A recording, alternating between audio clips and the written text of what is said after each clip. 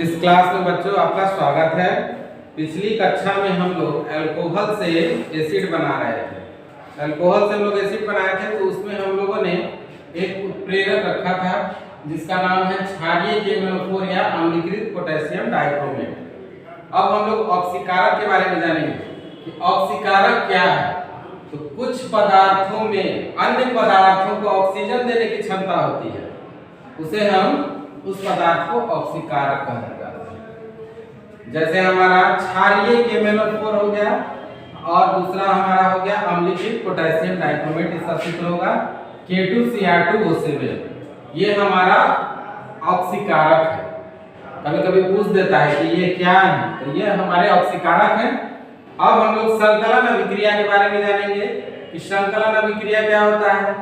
तो पैलेडियम या निकेल, ये दोनों उत्प्रेरक है। पैलेडियम या निकेल जैसे उत्प्रेरकों की उपस्थिति में असंतृप्त हाइड्रोकार्बन, जहां पे हमारा डबल बॉन्ड होता है, उसको हम लोग असंतृप्त बोलते हैं। तो असंतृप्त हाइड्रोकार्बन हाइड्रोजन के साथ अभिक्रिया करके हमारा संतृप्त हाइड्रोकार्बन देते हैं। यहाँ पर देखिए डबल बॉन्ड है, निकेल उत्प्रेरक हम लोग यहाँ पे दिए हैं और ये यहाँ से बॉन्ड टूटेगा और यहाँ पे दो हाइड्रोजन है, ये बॉन्ड टूट के एक एक हाइड्रोजन यहाँ पे जुट जाएगा। यहाँ पे हमारा डबल बॉन्ड है तो डबल बॉन्ड कमजोर बंधन होता है, यहाँ पे ये टूटेगा, एक सिग्मा एक पाई होता है, यहाँ पे पाई बॉन्ड टूटेगा और यहाँ पे दोनों हाइड्रोजन जुट जाएगा।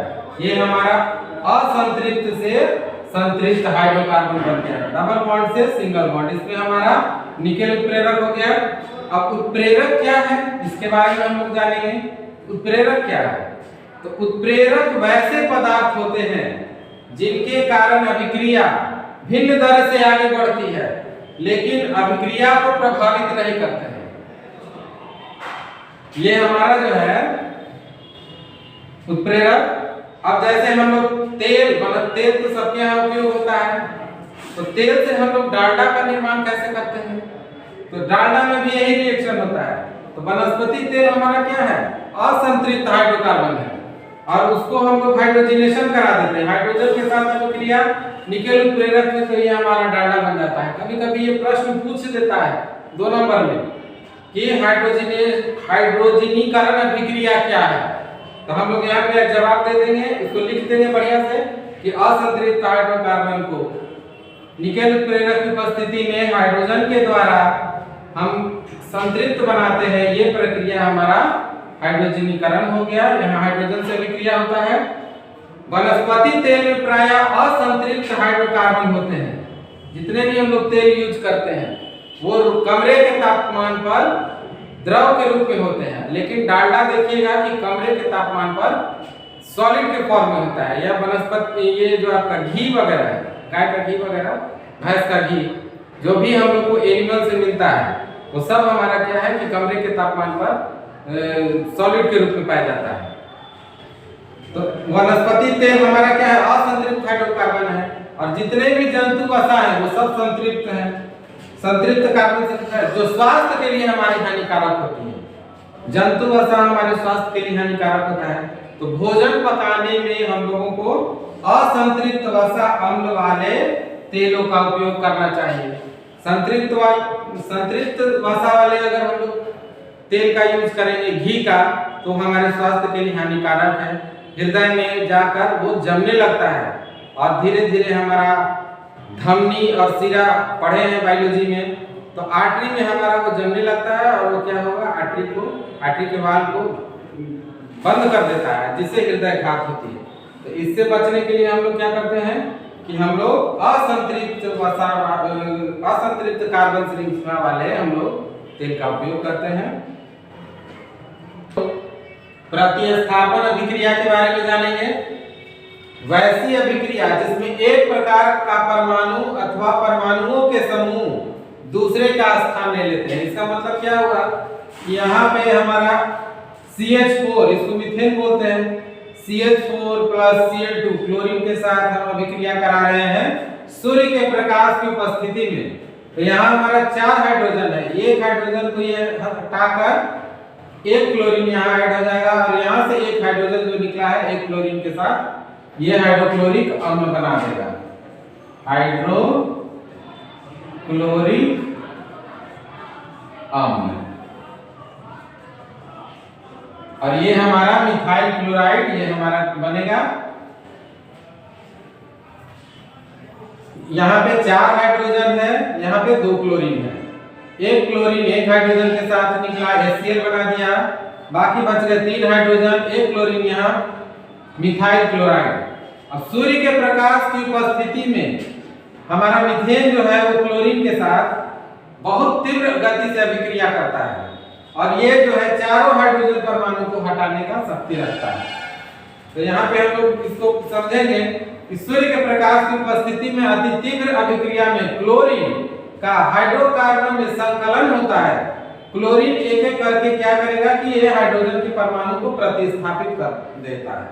और यहाँ पे हमारा जो है यहाँ पर 2 क्लोरीन है तो एक हाइड्रोजन को निकाल के मिथाइल क्लोराइड बनाया। अब हम कुछ महत्वपूर्ण यौगिक के बारे में जानेंगे जिसमें हम लोग को पढ़ना है 10th क्लास में एथेनॉल और एथेनोइक अम्ल के बारे में। तो एथेनॉल का पहले हम लोग गुणधर्म जानेंगे। एथेनॉल को ही हम लोग इथाइल अल्कोहल बोलते हैं जिसको हम लोग शराब भी बोलते हैं। तो सबसे पहले है कि ये एथेनॉल कक्ष के ताप पर द्रव अवस्था में होता है। इसका गलनांक यहाँ पे लिखा हुआ है 156 केल्विन और क्वथनांक हमारा है 351 केल्विन। यह सभी अल्कोहलिक पेय पदार्थों में महत्वपूर्ण अवयव है इथाइल अल्कोहल का। तीसरा जो है यह एक अच्छा विलायक है। इसका उपयोग हम लोग tincture, iodine, cough syrup, tonic आदि औषधियों बनाने में होता है। हम लोग टिंचर आयोडीन स्कूल में भी बनाते हैं। यहाँ पे इथाइल अल्कोहल में आयोडीन की थोड़ी सी मात्रा लेकर हम लोग बनाते हैं। कटने छिलने पर इसका उपयोग हम लोग करते हैं बच्चों के साथ। ये एंटीसेप्टिक के रूप में भी इसका काम होता है। कफ सिरप, जितने भी कफ सिरप हैं सब में एथेनॉल का यूज होता है इथाइल अल्कोहल का। जितने भी टॉनिक आज जैसे कंपनी में बना तो उसमें एक्सपायरी डेट लिखा रहता है, जल्दी खराब ना हो, तो हम लोग इसमें हम लोग जो है एथेनॉल का उपयोग करते हैं। और जितने भी औषधियां होती हैं सब में हमारा उसमें ये रहता है। फिर एथेनॉल के साथ तनु एथेनॉल, अब एथेनॉल को हम लोग डाइल्यूट कर देते हैं पानी मिला के। तनु एथेनॉल की थोड़ी सी मात्रा लेने पर ये नशा करने लगता है। पानी की मात्रा ज्यादा रहती है और इथाइल अल्कोहल की मात्रा कम रहती है। बियर वगैरह में भी यही होता है, उसमें भी बहुत कम अल्कोहल का मात्रा होता है, लेकिन थोड़ा सा भी मात्रा लेने पर ये नशा करने लगता है। एथेनॉल के साथ अभिक्रिया हम लोग कराते हैं। तो पहला हमारा है सोडियम के साथ अभिक्रिया। तो सोडियम है, यहाँ पे हमारा इथेनॉल है। ये अभिक्रिया करके हमारा सोडियम इथॉक्साइड बना देता है और ये हाइड्रोजन गैस। असंतृप्त हाइड्रोकार्बन बनाने की अभिक्रिया 443 केल्विन तापमान पर एथेनॉल को अधिक सांद्र सल्फ्यूरिक अम्ल के साथ गर्म करने पर एथेनॉल का निर्जलीकरण होकर एथीन बनता है। यहाँ हमारा है इथाइल अल्कोहल। इसको हम लोग क्या करते हैं कि गर्म सांद्र H2SO4 इसमें दोनों के साथ अभिक्रिया कराएंगे तो हमारा ये एथीन बनेगा और ये H2O निकलेगा। यहाँ से हमारा H2O निकाल देता है और ये जो है डबल बॉन्ड में यहाँ पे एथीन बन जाता है। इस अभिक्रिया में H2SO4 का काम क्या है? पानी निकालने के लिए, जो कि एथेनॉल को जल से अलग कर देता है। अब अल्कोहल का दुष्प्रभाव के बारे में जानेंगे। अब अधिक मात्रा में सेवन करने पर उपापचयी प्रक्रिया धीमी हो जाती है। बॉडी में हमारा बहुत सारा क्रिया होते रहता है, मेटाबॉलिक क्रिया, कैटाबॉलिक क्रिया, दोनों मिलके ये हमारा उपापचयी क्रिया बनता है। जैसे हमारा तंत्रिका तंत्र कमजोर हो जाता है, नर्वस सिस्टम, समन्वय की कमी हो जाएगी, मानसिक दुविधा, आदमी जज नहीं कर पाता है कि सही क्या है गलत क्या है, भाव शून्यता आ जाती है। अब ड्राइवर गाड़ी चला रहा है, लाइन होटल पे लगाया, थोड़ा अल्कोहल ले लिया, अब उसको जो है सही और गलत का फर्क नहीं समझ में आ रहा है। रात में कहाँ ब्रेकर पे गाड़ी धीमे करना है, वो क्या करेगा कि तेज स्पीड में गाड़ी आ रहा है, सीधे लेके पलट देगा। तो ये जो है ज्यादा मात्रा में अल्कोहल लेने का एक दुष्परिणाम है। दूसरा है एथेनॉल के विपरीत मेथेनॉल जो है, यहाँ पे 2 कार्बन है और यहाँ पे मेथनॉल में एक कार्बन है, थोड़ी भी मात्रा लेने पर मृत्यु हो जाती है। एक कार्बन वाला जो है हमारा मेथनॉल, ये ज्यादा खतरनाक है दो कार्बन वाले से। अब हम शराब पिएंगे तो हमारा लीवर में आएगा, तो ये लीवर में क्या करेगा कि ये ऑक्सीकृत हो जाता है और अल्कोहल से ये एल्डिहाइड में बदल जाता है। जैसे हमारा ये मेथनॉल है, माने यहाँ पे एक कार्बन है HCOOH, ये इसका सूत्र हुआ, और ये ऑक्सीजन के साथ रिएक्शन करके ऑक्सीकृत हो गया। ऑक्सीकृत करके ये हमारा मेथनॉल और फॉर्मल्डिहाइड दोनों एक ही चीज है, ये बना देता है HC फॉर्मल्डिहाइड। अब ये क्या करता है कि यकृत की कोशिका के जो घटक होते हैं उनके साथ शीघ्र अभिक्रिया करने लगता है, और इससे जो है हमारे बॉडी में प्रोटोप्लाज्म होते हैं कोशिका के अंदर, वो क्या हो जाते हैं, स्कंदित हो जाते हैं। जैसे हम लोग अंडा को गर्म करते हैं तो अंडा गर्म करने पर जम जाता है, प्रोटीन का एक गुण है, अंडा में हमारा एल्बुमिन प्रोटीन होता है, एल्बुमिन प्रोटीन को हम लोग गर्म करते हैं तो हमारा क्या होता है, प्रोटीन जमने लगता है। उसी तरह हम लोग जो है मेथनॉल ले लेते हैं तो ये हमारा लीवर में क्या है, कोशिका के अंदर जो प्रोटोप्लाज्म है वो हमारा जमने लगता है। एथेनॉल जो है ये महत्वपूर्ण औद्योगिक विलायक है, इंडस्ट्रीज में इसका काफी जो है इसका उपयोग होता है। इसका दुरुपयोग रोकने के लिए क्या करते हैं कि इसमें मेथनॉल जैसा जहरीला पदार्थ मिला देते हैं। मेथनॉल के बारे में भी हम लोग जान गए हैं, ये जहरीला है जिसके कारण ये पीने योग्य ना हो जाए। बहुत सा गांव में देखिएगा कि शराब पी के इतने लोग मर गए, तो इथाइल अल्कोहल पीने से नहीं मरा, उसमें क्या हुआ, मिथाइल अल्कोहल, मिथेनॉल, ये हमारा जो है HCOOH, ये पीने से मृत्यु हो जाती है। उसके बाद जो है अल्कोहल का पहचान करने के लिए क्या करते हैं कि इसमें एक डाई मिला देते हैं। आजकल मार्केट में स्प्रिट मिलता है, स्प्रिट के नाम से, वो भी अल्कोहल है, उसमें ब्लू रंग का हमारा कलर, एक डाई मिलाते हैं जिसके कारण उसका रंग नीला हो जाता है। ब्लू कलर का देखिएगा डॉक्टर के यहाँ जाते हैं या जांच घर में भी जाइएगा तो वो ब्लू कलर का स्प्रिट लगाता है। कुछ देश में जो है अल्कोहल में इसका जो है अल्कोहल का उपयोग पेट्रोल में मिलाकर करते हैं ईंधन के रूप में, और ज्यादा जो है ऑक्सीजन मिलने पर ये कार्बन डाइऑक्साइड और जल देता है। अब हम लोग एथेनोइक अम्ल या एसिडिक अम्ल, दोनों एक ही होता है, दोनों का फॉर्मूला एक ही है। यहाँ पे दो कार्बन है इसीलिए हम लोग इसको एथेनोइक एसिड भी बोलते हैं, एथेनोइक अम्ल। इसका गुणधर्म के बारे में जानेंगे। एसिडिक अम्ल का 3 से 4% विलयन को हम लोग सिरका बोलते हैं, और सिरका का कहाँ उपयोग होता है, अचार में परिरक्षक के रूप में किया जाता है। परिरक्षक क्या है, जिसको हम लोग इंग्लिश में प्रिजर्वेटिव बोलते हैं। तो प्रिजर्वेटिव का क्या काम है परिरक्षक का, कि अचार को खराब नहीं होने देता है। बहुत ज्यादा दिन तक हमारा अचार जो है 6 महीना साल भर, तो ये हमारा जो है वो बचा रहेगा। उसके बाद है शुद्ध एथेनोइक अम्ल का गलनांक हमारा 290 केल्विन होता है, और शीत के दिनों में यह जम जाता है, इसीलिए इसे हम लोग ग्लाइसिल एसिटिक अम्ल कहते हैं। कभी कभी पूछ देता है कि ग्लाइसिल एसिटिक अम्ल क्या है, तो हमारा यही चीज है। अब एथेनोइक अम्ल की अभिक्रिया के बारे में जानेंगे। तो एस्टरीकरण अभिक्रिया, एस्टर क्या है, तो एस्टर मुख्य रूप से अम्ल और अल्कोहल की अभिक्रिया से निर्मित होता है। तो यहाँ हम एथेनोइक अम्ल लेंगे और इथाइल अल्कोहल या एथेनॉल, दोनों एक ही चीज है, दोनों का हम रिएक्शन कराते हैं अम्ल की उपस्थिति में। तो यहाँ से 1 मोल पानी निकल जाता है H2O, और ये हमारा बना देता है CH3 COCH2CH3, ये एस्टर बन गया। अब इसका उपयोग हमारा, इस एस्टर बनेगा तो इसका गंध मीठा होता है, ये महकने लगता है पूरा, तो इसका गंध मीठा। इसका उपयोग हमारा इत्र, जो भी हम लोग इत्र परफ्यूम यूज करते हैं महक वाले सामान में, सब में हमारा एस्टर आता है, और स्वाद उत्पन्न करने वाले कारक के रूप में भी इसका उपयोग किया जाता है। ये अम्ल या क्षारक की उपस्थिति में अभिक्रिया करके पुनः अल्कोहल और कार्बोक्सिलिक अम्ल बनाता है। इस अभिक्रिया को साबुनीकरण कहा जाता है, और इसे हम लोग साबुन भी बना सकते हैं लैब में। CH3COO C2H5 ये हमारा एस्टर है, और ये हमारा क्षार है सोडियम हाइड्रोक्साइड। और दोनों के साथ रिएक्शन कराते हैं तो ये हमारा जो है इथेनॉल बनता है और एथेनोइक अम्ल। अब क्षारक के साथ अभिक्रिया, तो खनिज अम्ल जितने भी हमारे इनऑर्गेनिक अम्ल है HCl, H2SO4, HNO3, तो वो ये सब हम लोग खनिज अम्ल में, और जितने भी हमारे जिसमें कार्बन मिला होता है वो सारे हमारे क्या है, कार्बनिक अम्ल है।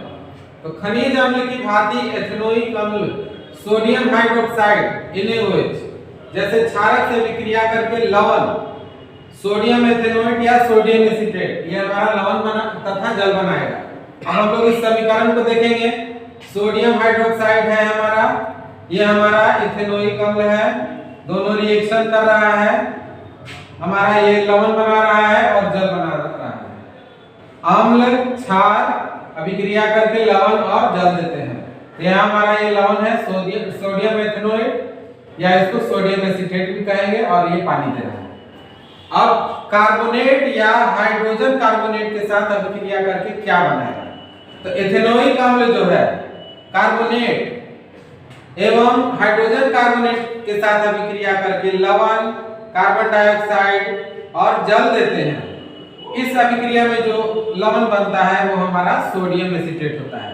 तो यहाँ हमारा देखिए ये अम्ल है और ये क्या है, सोडियम कार्बोनेट है। अब इसके साथ अभिक्रिया हो रहा है तो ये हमारा बना दे रहा है CH3COONH सोडियम एसीटेट, जल और कार्बन डाइऑक्साइड दे रहा है। ये सेम हाइड्रोजन कार्बोनेट के साथ भी सेम अभिक्रिया देगा। ये हमारा इथेनोइक अम्ल हो गया जिसको हम लोग एसिटिक अम्ल भी कहते हैं। एसिटिक अम्ल सोडियम हाइड्रोजन कार्बोनेट के साथ दे रहा है तो ये हमारा सोडियम एसीटेट बना रहा है। सोडियम एसीटेट, पानी और कार्बन डाइऑक्साइड ये हो गया। अब हम लोग साबुन के बारे में साबुन और अपमार्जक के बारे में जानेंगे। अधिकांश मैल जो होता है वो तेलीय होता है और तेल क्या होता है कि हमारा पानी में नहीं घुलता है। साबुन के अणु लंबी श्रृंखला वाले कार्बोक्सिलिक अम्लों के सोडियम एवं पोटेशियम लवण होते हैं। या तो ये सोडियम होंगे नहीं तो ये पोटेशियम लवण होंगे।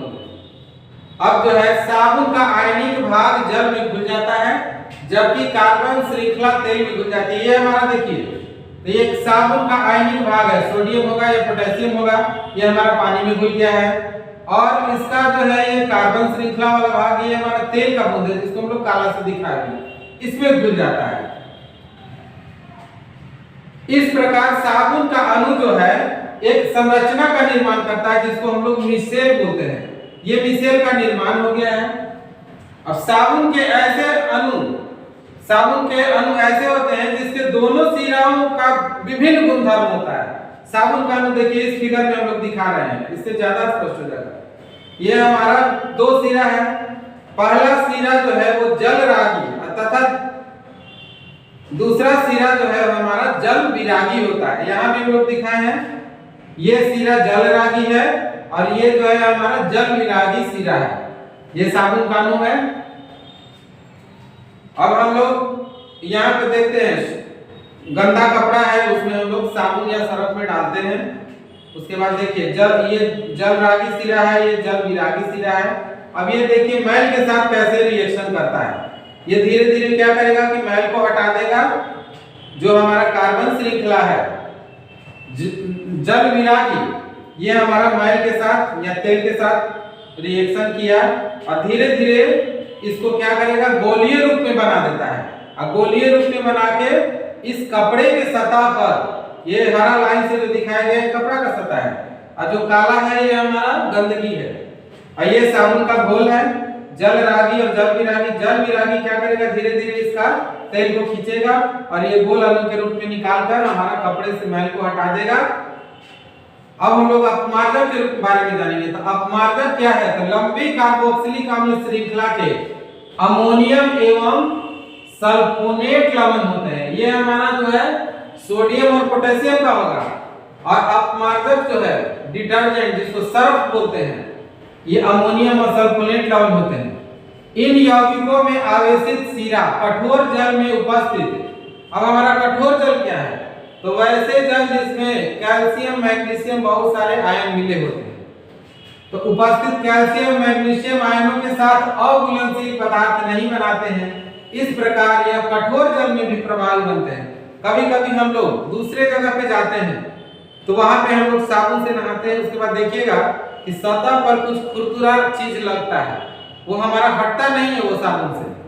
तो उस जगह हम लोग क्या करेंगे, वहां पानी में हमारा क्या है, बहुत सारा कैल्शियम है, मैग्नीशियम है, फॉस्फेट आयन वगैरह है जो हटता नहीं है। तो उसके लिए हम लोग अपमार्जक या शैम्पू का उपयोग करते हैं। बहुत जगह बाल पानी से धोने के बाद भी हमारा बालों में क्या है, चिपचिपा रह जाता है, तेल का पूरा मात्रा हटता नहीं है। साबुन से धोने के बाद भी ऐसा ही होता है। तो उसको हटाने के लिए हम लोग शैम्पू का यूज करते हैं। तो शैम्पू में भी ये क्या है, हमारा अमोनियम में वो सल्फोनेट लवण मिला होता है, और इससे हम क्या करते हैं कि कपड़ा धोने में भी आसानी होगा, हमारा बाल वगैरह धोने में भी, या जहां पर भी हमारा कठोर जल होता है वहां भी हमारा ये प्रभावी बना रहता है। और इससे हम कपड़ा साफ कर लेते हैं और वहां झाग बहुत देता है। और कभी कभी पूछता है कि साबुन की अपेक्षा अपमार्जक जो है ज्यादा झाग क्यों देता है, वहां हम लोग इसका जवाब देंगे कि वहां हमारा सोडियम और पोटेशियम का लवण होता है, यहाँ हमारा अमोनियम एवं सल्फोनेट का लवण। ये बोर्ड एग्जाम में भी पूछता है आपका 2 नंबर, कभी कभी 3 नंबर में भी पूछ देता है। और इस तरह से फोटो से भी हम लोग देख सकते हैं, चित्र से, कि मैल हटाने में हम लोग साबुन का क्या प्रभाव होता है और हमारा कपड़ा जो है साफ हो जाता है। अब हम आगे क्लास में तत्वों का आवर्ती वर्गीकरण के बारे में पढ़ेंगे।